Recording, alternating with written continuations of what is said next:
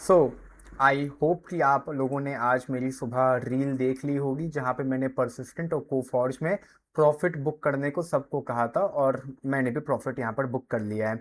बात करूंगा पोर्टफोलियो के बारे में, इंडो एमआईएम का आईपीओ होल्ड करना है कि नहीं करना है उसके बारे में, और अगला कौन सा आईपीओ अब अप्लाई करना है उसके बारे में। और कल आप लोगों के बहुत सारे कमेंट्स आए थे, थैंक यू सो मच।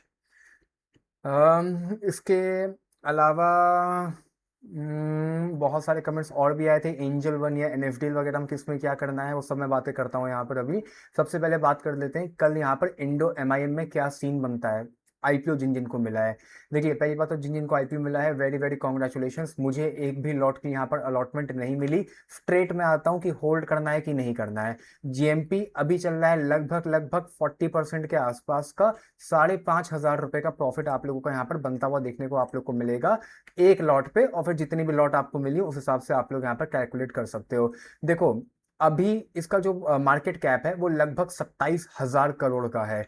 मैं एनालिसिस मैंने कंप्लीट यहाँ पर कर ली है, और ऑनेस्टली मैं दिल से बोलूं तो मैं 27,000 करोड़ को तो जस्टिफाई कर लूंगा। मैं इसके बाद इसको जस्टिफाई नहीं कर पा रहा हूं। देखो 27,000 करोड़ का मार्केट कैप में कंपनी प्रॉफिट कर रही है लगभग आफ्टर टैक्स 500 करोड़ का, जो कि एक बार को ठीक है। ठीक है। अब यहां पे भी एक ड्रॉबैक है। कंपनी 2021 में भी उतना ही प्रॉफिट कर रही थी जितना 2026 में कर रही है। बीच में प्रॉफिट डिक्लाइन हुआ, अब वापस से बढ़ना शुरू हुआ है। अब यहां पे आप स्पेकुलेट नहीं कर सकते कि अब आने वाले टाइम में प्रॉफिट कैसा होगा। मैं बहुत सिंपल शब्दों में ये कह रहा हूं। ठीक है। अगर ये मानते हुए भी चलो कि अब आने वाले टाइम में प्रॉफिट यहां से बढ़ता ही जाएगा, सन 2021 में जो हुआ था, प्रॉफिट डिक्लाइन होना जो शुरू हुआ था, वो यहां पर दोबारा नहीं होगा। मैं तब भी इसको जस्टिफाई नहीं कर पा रहा हूं कि आप लोग इसको होल्ड करो, क्योंकि 500 करोड़ के कोई कंपनी प्रॉफिट करती है तो उसका market cap 27,000 crore is on higher side, is on higher side. और ये मार्केट कैप भी कल लिफ्टिंग पे बदल जाएगा। सारा गेम यही है।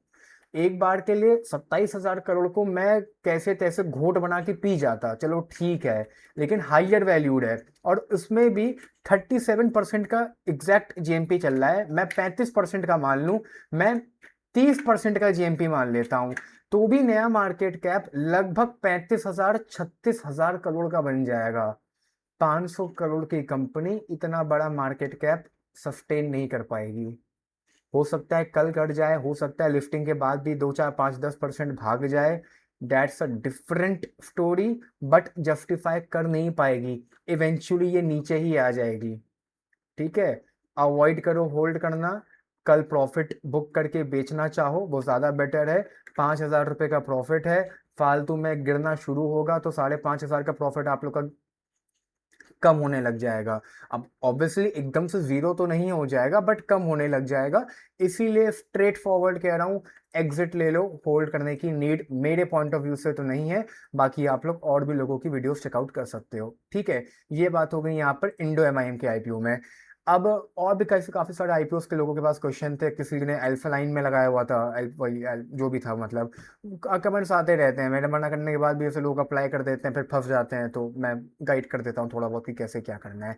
एनीवेज, मणिपाल हेल्थ एंटरप्राइजेस का आईपीओ आज ओपन हो चुका है। आप लोग यहाँ पर अवॉइड करो, जीएमपी नहीं चल रही है, and without GMP there is no point in applying the IPO. Juniper green में भी कोई मतलब नहीं है, 7% की जीएमपी चल रही है, प्लीज इसको अभी अवॉइड करो। कल आईपीओ ओपन होगा, कुछ अपडेट आएगा तो मैं बताऊंगा आप लोगों को। एमवी इलेक्ट्रो सिस्टम अकेला आईपीओ है, 25% की जीएमपी चल रही है। इसी में थोड़ा बहुत बस है कि आप लोग अप्लाई कर सकते हो, वरना इसके अलावा कोई और मुझे आईपीओ अप्लाई करता हुआ नजर नहीं आ रहा है। इस आईपीओ में भी मैक्सिमम लोगों को जो अलॉटमेंट है वो नहीं मिलेगी, क्योंकि आईपीओ बहुत छोटा है, 290 करोड़ के आसपास का ही है। बस इतना ही था यहाँ पर फिलहाल आईपीओ वाले सब्जेक्ट में। अब आ जाते हैं 2 मिनट के लिए शेयर्स वाले सब्जेक्ट में। पहले आ जाते हैं मेरा पोर्टफोलियो के बारे में। देखिए मेरे पोर्टफोलियो में आज एक मेजर प्रॉफिट मैंने बुकिंग करी है यहाँ पर। एक महीना, अभी भी यहाँ पर 2 दिन बचे हैं। मैं आराम से एक महीने में क्या क्या अचीव किया मतलब पोर्टफोलियो में, वो बाद में डिस्कस करेंगे। फिलहाल अभी जो मेरा टारगेट था 1.25 लाख रुपए कमाने के आसपास का, उसमें 60,000 रुपए के आसपास ऑलरेडी इन हो चुके हैं, तो मतलब 50% मेरा जो प्रॉफिट है वो अंदर हो गया है। थोड़ी बहुत गलती करी मैंने। कोफॉर्ज में रोज कहता रहा कि ले लो ले लो ले लो, मैं खुद से भी था कि एवरेज करना है मुझे, और लेना है और लेना है, बट मैं थोड़ा सा बिजी हो गया था, यू नो वाई। सो उस चक्कर में मैं और नहीं ले पाया, बट कोई नहीं, मेरा फिर भी आज 1.25 लाख रुपए में आधा प्रॉफिट, मतलब 60-70 60 हज़ार रुपये मैंने अंदर कर लिए हैं। ठीक है। और दो तीन चीज़ें और बता देता हूँ मैं। ज्योति सेनसी भी नाना करते करते भी 5% के आसपास पॉजिटिव हो चुका है। मतलब ये भी एक बड़ी बात है, कोई नोटिस नहीं कर रहा है, बट धीमे धीमे ज्योति सेनसी 5% भाग चुका है नाना करते हुए भी। क्रेडिट ग्रामीण एक्सेस ऑल टाइम हाई पे ट्रेड कर रहा है, तो हम लोग को फिलहाल वेट करना है। कोई भी यहाँ पर मेजर मूवमेंट आता है तो मैं आप लोग को कल की वीडियो में अपडेट कर दूंगा। थोड़ा सा मुझे यहाँ पर आज और रिसर्च एक बार करनी है, क्योंकि ऑल टाइम हाई पे ट्रेड कर रहा है, ब्रेकआउट के वर्ष पर है, ब्रेकआउट बस मतलब कब दे मैं उसी का वेट कर रहा हूँ यहाँ पर। ओके, अपार्ट फ्रॉम दिस, और अगर मैं बात करूँ यहाँ पर ब्रिगेड के बारे में, तो ब्रिगेड का भी, एक सेकेंड, ब्रिगेड के बारे में अगर बात करूं यहाँ पर, तो ब्रिगेड में भी अभी तक कोई फिलहाल फर्दर बहुत मेजर मूवमेंट नहीं आया है। नीचे गया था बट फिलहाल अपने वापस से यहीं पे आ गया है। यहाँ कहीं एवरेज करने का मेरा मन था बट नीचे था, मतलब तो नीचे तक तो नहीं आया। यहीं कहीं एवरेज करने का ट्राई करूंगा या क्वांटिटी ऐड ऑन करने का ट्राई करूंगा, और देखते हैं कि फिर मूवमेंट यहाँ पर ऊपर की तरफ देता है कि नहीं देता है। ठीक है, मैंने यहाँ बाय किया था, कुछ नहीं हुआ, नीचे आ गया, वापस रिकवरी दे रहा है, तो देखते हैं कि ऊपर जाता है कि नहीं जाता है। ये ब्रिगेड की बात हो गई यहाँ पर। बाकी एंजल वन मैं ऑलरेडी बहुत ले चुका हूँ, 300 रुपये के आसपास। मैं अभी फिलहाल तो एवरेज नहीं करना चाहूंगा, आप लोग को भी सजेशन नहीं दूंगा। जिसको ऐड ऑन करना है, 300 रुपये बहुत बढ़िया सपोर्ट पे मिल रहा है, ले सकते हो। एवरेज मतलब एवरेज करना हो एवरेज कर दो, लेना हो ले लो। और फिलहाल मेरा एवरेज भी 320 रुपये के आसपास का है। मैं एक बार ट्राई करूंगा नीचे आ जाए, क्योंकि अगर मैं एवरेज नीचे कर लेता हूँ तो मेरा को थोड़ा सा बेनिफिट मिल जाएगा।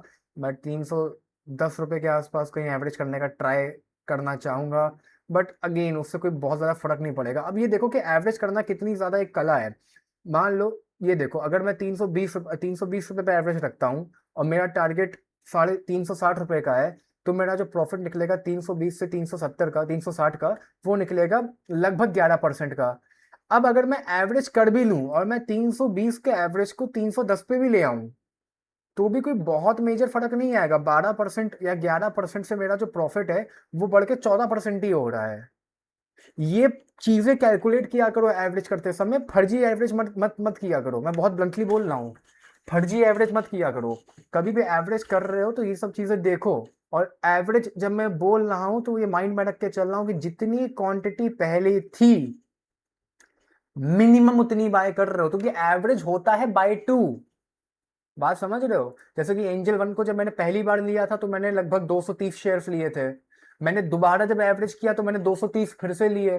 अब 320 रुपए के एवरेज को 310 पे लाने के लिए मुझे 460 शेयर्स बाय करने पड़ेंगे।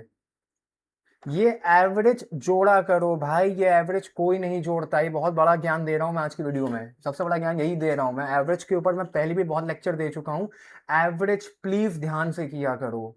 एवरेज करने समय ये सब चीजें जोड़ दिया करो कि मैं अगर पैसा वहां और डाल रहा हूं तो कितना प्रॉफिट नीचे सरक रहा है, कितना मेरा टारगेट से परसेंटेज प्रॉफिट निकल रहा है। जैसे कि मैंने अभी आप लोग को बताया, मैं 310 पे भी ले आता हूं, कोई मतलब नहीं है, कोई मतलब नहीं है। 1.5 लाख रुपए मैं अटका चुका हूँ, 1.5 लाख रुपए मुझे फिर से अटकाने पड़ेंगे, और मेरा प्रॉफिट देख लो, 11 पॉइंट समथिंग है, मैं इसको 11 मान ले रहा हूं, से बढ़ के मुश्किल से 14 14.5 निकलेगा। कोई मतलब नहीं है। 2-4% के लिए ब्लाइंडली एवरेज मत करो।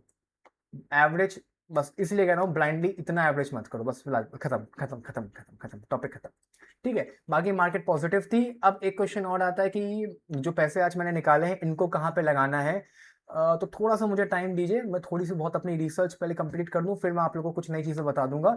बाकी 3i एफएल का भी मैंने कल कवर किया था, लगभग लगभग 10% के आसपास से कल या परसों में भागा भी था। तो ठीक है, जो भी है ये, बाकी मुझे थोड़ा सा टाइम दो। मेरे पास कमेंट्स काफ़ी सारे आ रहे हैं, काफ़ी लोग मुझे थैंक यू भी बोल रहे हैं प्रॉफिट का, तो मुझे थैंक यू नहीं चाहिए आप लोगों का, बस आप लोग सपोर्ट करते रहो। प्रॉफिट आप लोगों ने किया, मुझे कुछ नहीं चाहिए उसमें से। ओसवाल पंप वगैरह भी मैं सब बता चुका हूँ। इंडो आईपीओ मिला है, होल्ड करना है कि नहीं करना, वो भी मैंने आप लोग को बता दिया। बाकी हिमाद्री वगैरह में भी कुछ दो चार कमेंट्स आए थे, बस मैं वो बस कवर कर लेता हूँ। ओसवाल पंप यार, देखो, उधर बीच बहुत चला था ये, आप लोग सब यहाँ फंसे हो। कोई मतलब नहीं है कवर करने का, अभी भी बहुत जल्दी चलने नहीं वाला है, क्योंकि आप लोग की बाइंग बहुत ऊपर है। पिछले साल जब भागना शुरू हुआ था, हिमाद्री स्पेशलिटी केमिकल लिमिटेड, इसको मैं बहुत कवर करता था पहले, पिछले साल अगस्त में मैं बहुत कवर करता था। जो लोग पुराने हैं याद होगा। क्या कंपनी करती है? इलेक्ट्रिक गाड़ियों में जो बैटरी पड़ती है, जो इलेक्ट्रिक बैटरियां आती हैं, उस बैटरी में जो केमिकल होता है वो ये कंपनी बनाती है। मैंने पिछले साल भी कवर किया था, थोड़ा बहुत ही चला था, उसके बाद ज़्यादा नहीं चला, ये देख सकते हो। बट ये ब्रेकआउट दिया ऑब्वियसली, अगर मैंने इसको रेडार पे नहीं रखा था, पता नहीं कैसे मिस हो गया, वरना ये मेरे अपने पोर्टफोलियो में भी था भाई। ये मेरे अपने पोर्टफोलियो में 200 के लेवल पे था ये। मतलब ये बहुत तगड़ा स्टॉक्स था। अभी भी है, ऐसा नहीं, अभी भी है। मैं इसको ट्रैक थोड़ा सा रिसर्च करूंगा, कुछ मुझे मिलेगा, अगर बाय करने लायक होगा तो मैं आप लोग को फिर से करंट प्राइस पे बाय करने के लिए बता दूंगा। ठीक है, तो इसको कैरी फॉरवर्ड कर सकते हो। 800 कहीं मिल लिया है, रखे रहो, बेचना मत इसको, आराम से रखो। बाकी कल्याण के लिए छोटा सा शब्द कहना चाहूंगा। आज 20-30 रुपए बढ़ा है। 600 पे मैंने कल टॉपिक खत्म किया था, आज ये 630 हो गया है। जिन्होंने 300 पे लिया होगा उनके लिए तो आज ये 10% बढ़ा होगा, क्योंकि 3% ही बढ़ा है, बट उनके पोर्टफोलियो में 10% का इम्पैक्ट लाएगा। जिन्होंने 400 में लिया होगा, जिन्होंने 500 में लिया होगा, उनके पोर्टफोलियो में भी ये 6-7% का इम्पैक्ट लाया होगा। जिन्होंने 600 पे लिया होगा, किसी ने 600 पे नहीं लिया है, मैंने 600 पे कभी बाय करने को नहीं बोला, तो उनके भी पोर्टफोलियो में भले ही 3% का है, बट आप लोग के पोर्टफोलियो में ये बहुत ज़्यादा मूवमेंट ला रहा है। ऑल दो 630, अब थोड़ा सा मैं भी हूँ कि भैया ज़्यादा कस के ही भागता जा रहा है, बट हाँ, ये देखो इसमें ब्रेकआउट फिर तगड़ा दिया है, तो ये 600 को भी नहीं रुकेगा, ये और ऊपर निकल जाएगा। ये ब्रेकआउट देख सकते हो, पुल बैक देख के, ब्रेकआउट देख के प्रॉपर क्लोजिंग दिया, ये नीचे नहीं आने वाला है। और कहीं ना कहीं ये 655 के आसपास जाके एक बार हॉल्ट मारेगा। ठीक है, और 655 के बाद अगर ब्रेक कर देता है तो फिर सीधा सीधा जो टारगेट है वो 700-800 रुपये के बीच में, 750 के ऊपर ही निकलेगा।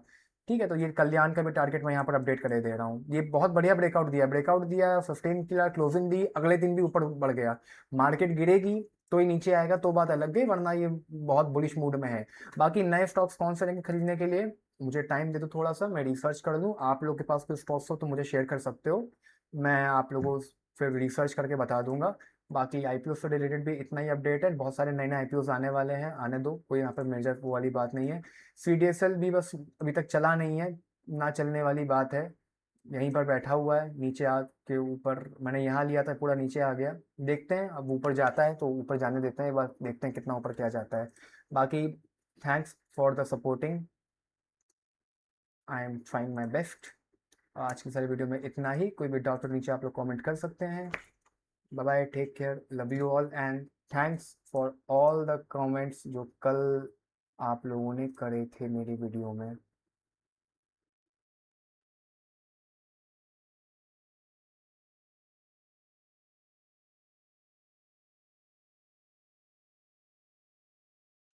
इंस्टा पे भी बहुत सारे आए थे। Thank you.